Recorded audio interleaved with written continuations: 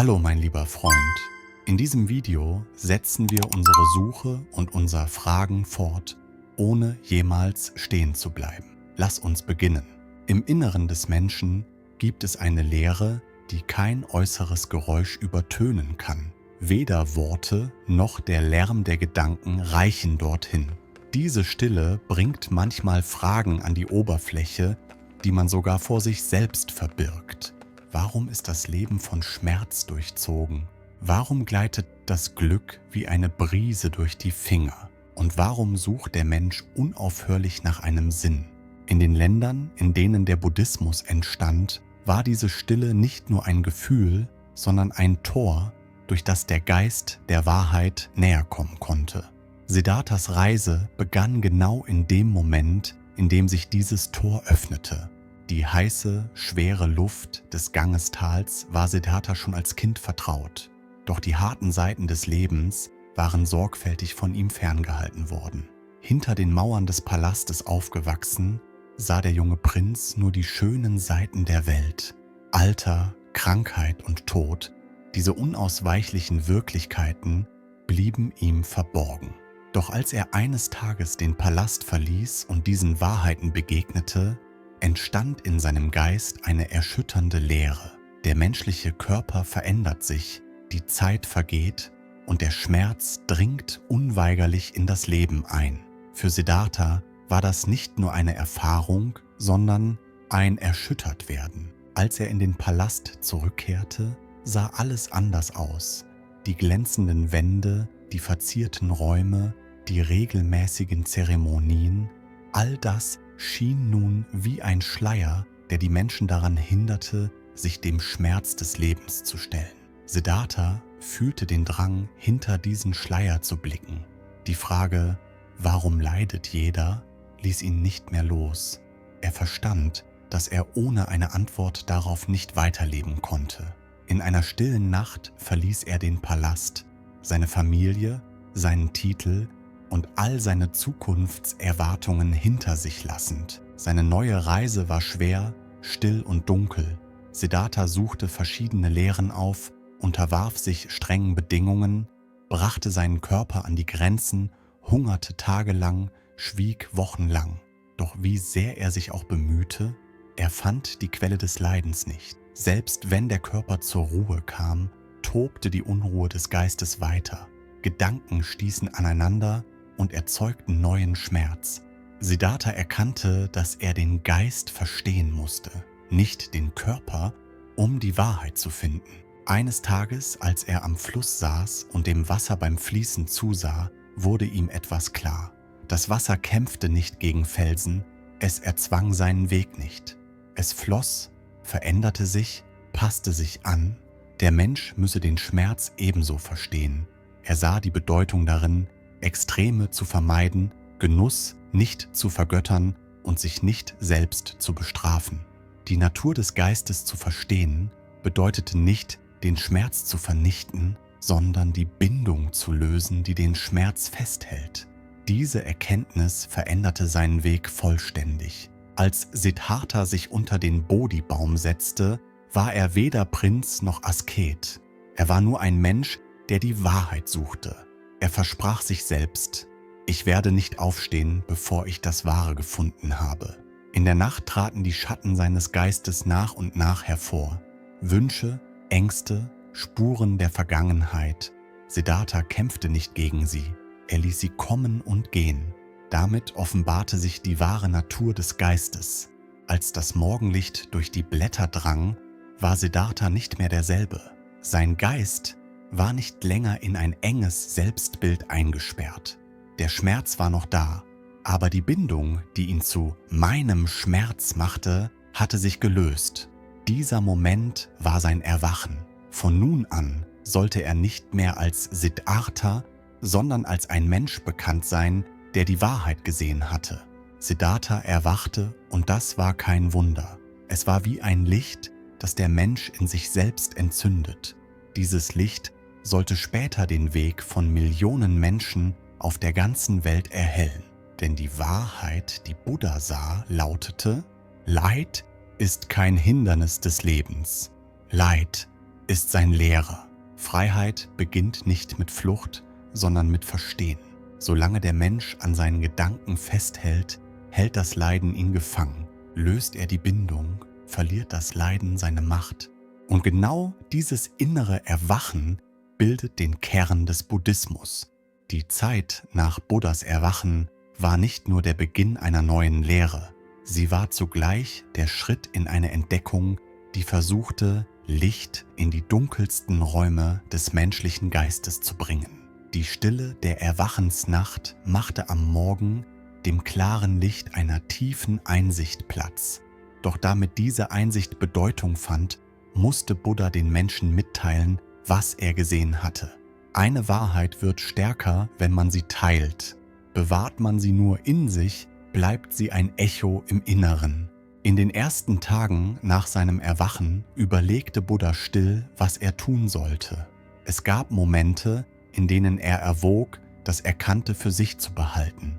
Denn die Natur des Geistes zu verstehen, war nichts, was gewöhnliche Menschen leicht begreifen konnten. Menschen denken durch das, was sie sehen, leben nach dem, was sie hören und bewegen sich zwischen den Mauern ihrer eigenen Wünsche. Die nackte Wahrheit ist etwas, wofür nicht jeder bereit ist. Doch die Universalität des Leidens ließ Buddha nicht schweigen. Zu sehen, wie die Menschen im Schmerz gefangen waren, war der eigentliche Grund, der ihn zum Handeln bewegte. Denn er wusste nun, Leiden war kein Schicksal.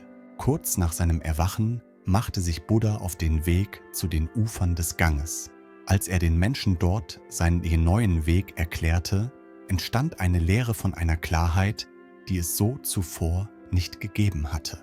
Diese erste Unterweisung wurde später als die Drehung des Dharma-Rades bekannt. Die erste Wahrheit, die Buddha erklärte, lautete: Es gibt Leid. Jeder Abschnitt des Lebens trägt Leid in sich, denn der Mensch hält an Dingen fest, die vergänglich sind. Jugend vergeht, Freude verändert sich, der Körper altert. Der Mensch sucht das Unveränderliche, obwohl er weiß, dass alles im Wandel steht. Die zweite Wahrheit zeigte die Ursache des Leidens, das Anhaften. Je mehr der Mensch an seinen Wünschen, Gefühlen, Identitäten und seinem Besitz festhält, desto tiefer wird sein Leiden. Die dritte Wahrheit besagt, dass Leid enden kann, denn wenn das Anhaften losgelassen wird, löst sich die Bindung. Diese Wahrheiten waren der damaligen Gesellschaft fremd. Die Menschen suchten Erlösung entweder durch strenge Askese oder durch maßlosen Genuss. Buddha zeigte ihnen jedoch einen mittleren Weg. Dieser Weg befreite den Menschen von Extremen und erlaubte dem Geist, sein Gleichgewicht zu finden. Rechtes Sehen, rechtes Sprechen, rechtes Handeln, rechte Anstrengung. Jede dieser Lehren war nicht nur eine moralische Regel, sondern eine Praxis, um die Natur des Geistes zu verstehen. Denn die große Verwirrung im Menschen entsteht, weil er seinen eigenen Gedanken blind vertraut. Als Buddhas Lehren sich verbreiteten, verstanden die Menschen, dass dieser Weg nicht einfach ein Glaubenssystem war, sondern eine Lebensweise. Seine Schüler wurden schnell zahlreicher, doch Buddha lehrte niemanden, ihn selbst zu verehren. Er war kein Erlöser, sondern ein Wegweiser. Jeder musste seinen eigenen Weg selbst gehen. Erleuchtung konnte man nicht von außen empfangen. Sie war eine innere Wandlung. Als Buddha mit seinen Schülern von Dorf zu Dorf zog, fühlten sich die Menschen durch seine Haltung sicher. Wer ihm zuhörte, spürte, dass die Kraft seiner Worte nicht aus seiner Stimme kam, sondern aus seiner inneren Ruhe. Manche sagten, ihr Schmerz sei leichter geworden, andere meinten, die Dunkelheit in ihrem Geist habe eine Bedeutung bekommen. Denn Buddha lehrte die Menschen, das Leben so zu sehen, wie es ist. Nicht es zu bekämpfen, sondern es zu verstehen. Im Zentrum von Buddhas Lehre stand die Auflösung des Ich-Begriffs. Der Mensch hielt sich für ein festes Selbst und baute sein Leben um diese Vorstellung herum.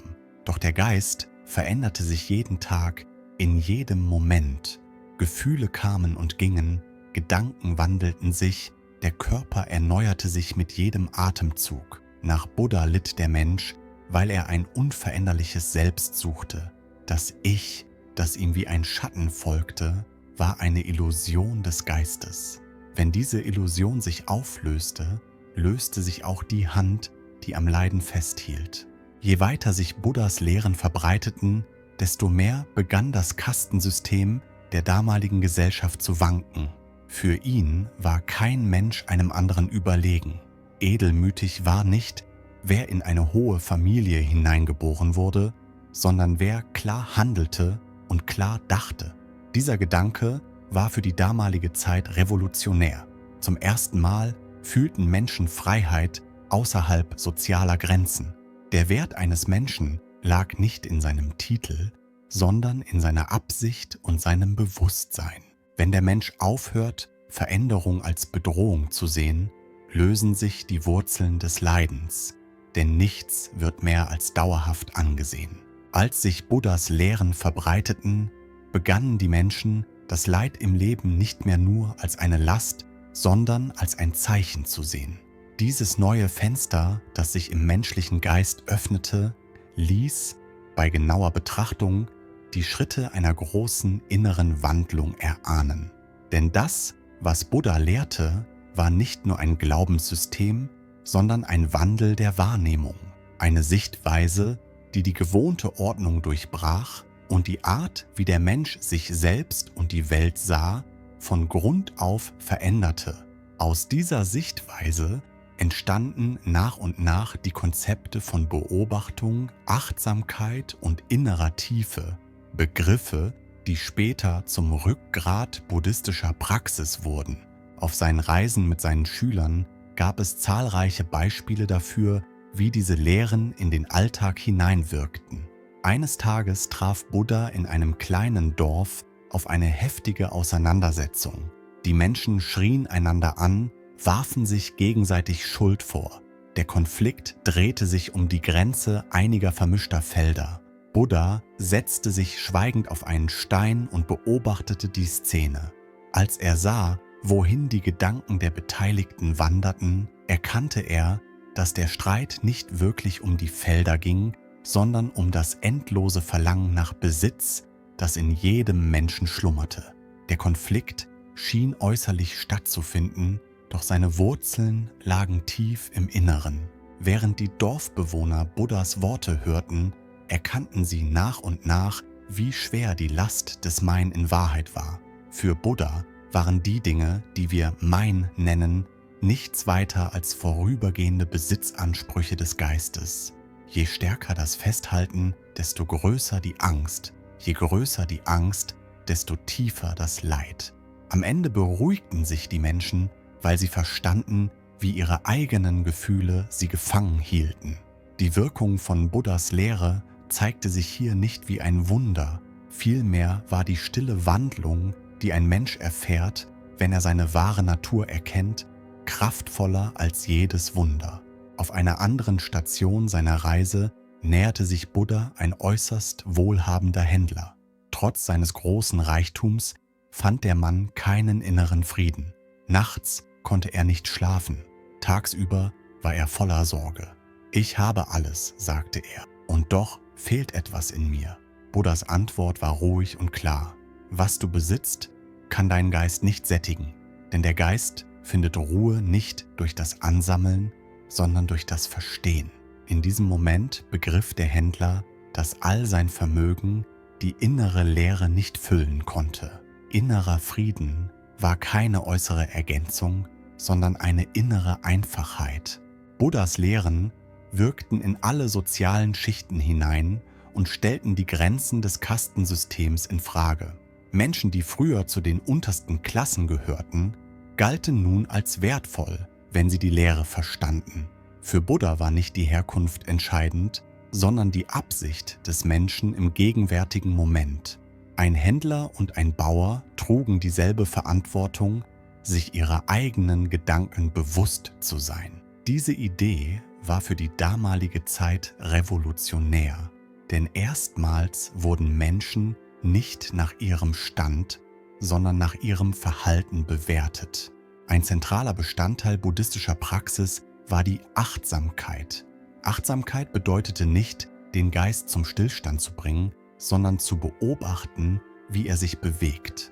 Zuzusehen, wie ein Gefühl entsteht, wie ein Gedanke wächst, das eröffnete dem Menschen ein großes inneres Verständnis. Um dies zu erklären, verglich Buddha den Geist oft mit einem Waldspaziergang. Sobald man beginnt, die eigenen Schritte wahrzunehmen, spürt man die Erde unter den Füßen, hört die Vögel und erkennt die Richtung des Windes. Diese Feinheit der Wahrnehmung sollte auch auf den Geist übertragen werden. Je klarer der Mensch seine inneren Bewegungen erkannte, desto deutlicher verstand er, wie Leid Wurzeln schlägt. Aus dieser Praxis entwickelte sich schließlich die Meditation. Meditation bedeutete nicht, an nichts zu denken, sondern die Gedanken ohne Unterdrückung zu beobachten. Der Geist war wie ein See. Bei Wellen trübte sich das Wasser, doch wenn die Wellen sich legten, kehrte die Klarheit zurück. Je mehr man versuchte, die Wellen mit Gewalt zu stoppen, desto unruhiger wurde das Wasser. Genau das wollte Buddha lehren. Gefühle zu unterdrücken, verstärkt sie. Sie zu beobachten, erlaubt ihnen, sich zu lösen. Unter Buddhas Schülern fanden manche Frieden in der Meditation, andere begannen ihre vergangenen Schmerzen zu verstehen, wieder andere ließen ihre Ängste los, als sie die Vergänglichkeit erkannten. Denn Vergänglichkeit war keine Bedrohung, sondern der natürliche Fluss des Lebens.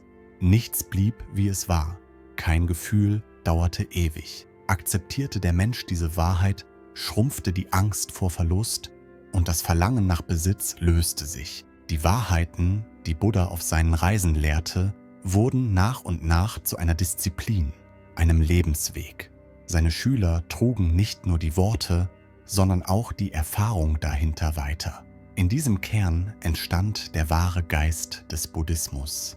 Der Mensch war nicht seine Gedanken, aber er musste darauf achten, wohin seine Gedanken ihn führten. In den Ländern, in denen Buddha lebte, veränderte die zunehmende Verbreitung seiner Lehre nicht nur das innere Leben des Einzelnen, sondern auch das kulturelle Gefüge des indischen Subkontinents.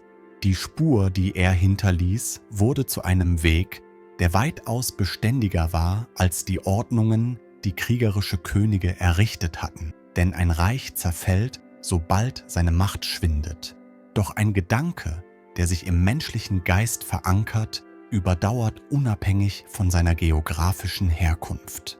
Die weitere Reise des Buddhismus durch die Jahrhunderte war genau diese Geschichte einer tiefgreifenden Wandlung. Nach Buddhas Tod überlieferten seine Schüler die Lehre zunächst nur mündlich. Doch bald wurde klar, dass diese Worte nicht nur erinnert, sondern auch bewahrt werden mussten. Daher versammelten sich die Mönche zum ersten Mal und beschlossen, die Lehren zu ordnen und ein Archiv anzulegen. Diese Zusammenkünfte waren nicht nur ein Akt des Erinnerns, sondern eine Entscheidung, die über die Zukunft der Lehre bestimmen sollte. Denn Menschen sprechen, doch die Zeit verändert Worte. Was jedoch niedergeschrieben wurde, konnte sowohl die Klarheit als auch die Einheit des Weges bewahren. Mit der Zeit erreichte der Buddhismus immer größere Bevölkerungsschichten. Ein wesentlicher Grund dafür war das Auftreten des Königs Ashoka, der die Lehre annahm. Obwohl er anfangs als grausamer Herrscher galt, hinterließ die Zerstörung und das Blutvergießen des Kalinga-Krieges einen tiefen Riss in seinem Inneren.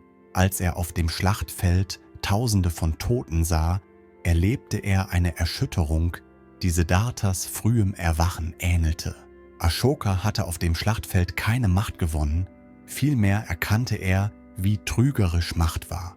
Deshalb wandte er sich dem Buddhismus zu und begann sein Reich nicht im Licht der Gewalt, sondern im Licht des Mitgefühls zu führen. Ashokas Einfluss blieb nicht auf Indien beschränkt.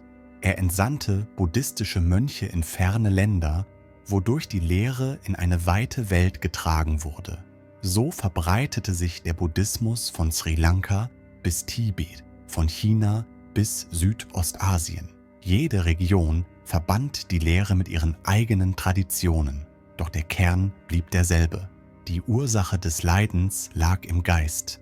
und der Mensch konnte sich nur durch seine eigene Achtsamkeit davon befreien. Mit der Ausbreitung des Buddhismus entstanden neue Denkschulen. Der Theravada-Buddhismus betonte die Bewahrung der ursprünglichen Lehre und stellte die innere Reise des Einzelnen in den Mittelpunkt.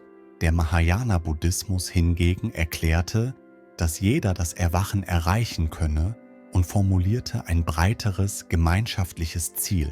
Der Zen-Buddhismus entwickelte sich als Tradition, die weniger auf Worte setzte, sondern auf unmittelbare Erfahrung und direkte Geistesschau. Diese Vielfalt bedeutete nicht, dass die Lehre verwässert wurde. Sie zeigte vielmehr, dass sie sich den verschiedenen Facetten des Lebens anpassen konnte. Buddhas berühmtes Bild vom Finger, der auf den Mond zeigt, brachte es auf den Punkt.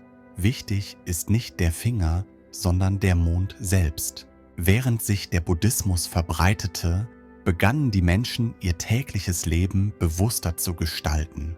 Die stillen Spaziergänge in Zen-Gärten, die Mantras, die durch tibetische Täler hallten, die Rituale in den Tempeln Sri Lankas. All diese Praktiken waren unterschiedliche Schritte auf demselben Weg. Zwischen einem Gebetsrad, das in einem Tempelhof rotiert, und einem Mönch, der mit geschlossenen Augen ruhig atmet, lag äußerlich ein Unterschied.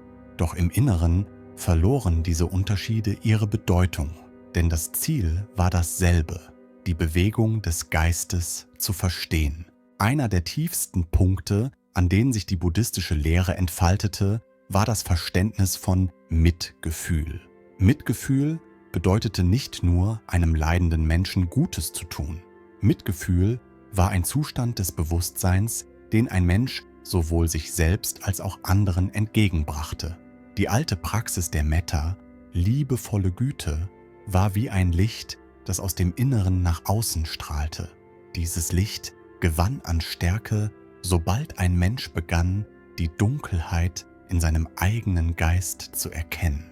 Ein Mönch, der während der Meditation Mitgefühl in sich trug, versuchte nicht, die Welt zu verändern. Doch die Härte in seinem Geist löste sich, sein Verständnis weitete sich und diese kleine Veränderung führte zu großen Wandlungen im Verhalten. So funktionierte Wandel im Buddhismus. Nicht durch große Sprünge, sondern durch die langsame Ansammlung kleiner Einsichten. Die unterschiedlichen Formen, die der Buddhismus in verschiedenen Kulturen annahm, schwächten die Lehre nicht. Im Gegenteil, sie zeigten ihre Kraft. Denn je einfacher eine Wahrheit ist, desto mehr Gestalten kann sie annehmen. Wie Wasser. Es nimmt die Form seines Gefäßes an, verliert aber nie sein Wesen. Der Buddhismus folgte genau diesem Weg. Auch wenn sich Landschaften und Kulturen änderten, blieb die Lehre lebendig. Die jahrhundertelange Reise des Buddhismus erhielt in der modernen Welt eine neue Bedeutung. Denn der Mensch unserer Zeit erkennt, dass er nicht mehr, wie die alten Gesellschaften, vor Göttern zittert, sondern vor dem Chaos seines eigenen Geistes ermüdet ist. Das durch Technologie beschleunigte Leben, ständig wechselnde Erwartungen, Leistungsdruck und Erschöpfung, all das erzeugt unsichtbare Lasten, die die innere Stimme des Menschen übertönen. Genau deshalb wurde der Buddhismus in dieser Epoche erneut hörbar, denn er lehrt den Menschen nicht, nach außen zu schauen, sondern nach innen. Heute verstehen viele, dass Buddha nicht auf eine Religion im klassischen Sinn verwies, sondern auf eine Form der Bewusstheit. Seine Lehren verlangten weder die Bindung an einen Tempel noch die Unterwerfung unter eine Autorität. Sie boten einen einfachen Weg. Der Mensch kann nicht frei werden, solange er den eigenen Geist nicht versteht. Der moderne Mensch fand in dieser Schlichtheit genau die Art von Atemraum, die er suchte. Denn der Buddhismus wollte den Menschen nicht in ein Glaubenssystem einschließen, er wollte seine Art zu denken verwandeln. Meditation wurde dabei zum kraftvollsten Werkzeug. Still in einer Zimmerecke zu sitzen, mag von außen unscheinbar wirken. Doch in einer Welt, in der der Geist ununterbrochen spricht, ist Stille fast ein vergessen gewordener Luxus. Sobald der Mensch die Augen schließt, erkennt er, dass die Gedanken, die durch seinen Geist strömen, nicht unter seiner Kontrolle stehen. Sie steigen auf und vergehen wie Wellen auf der Oberfläche eines Flusses. Die buddhistische Meditation möchte diese Gedanken nicht stoppen, sondern ihren Fluss sichtbar machen. Denn beobachten bedeutet eine tiefere Wandlung als beherrschen. Die moderne Psychologie entdeckte diesen Ansatz erst Jahrhunderte später wieder und machte ihn unter dem Begriff Achtsamkeit zu einer wissenschaftlichen Methode. Depression, Angst, aufdringliche Gedanken, Themen, die der buddhistischen Lehre schon vor Jahrtausenden begegneten, stehen heute im Mittelpunkt der Psychotherapie.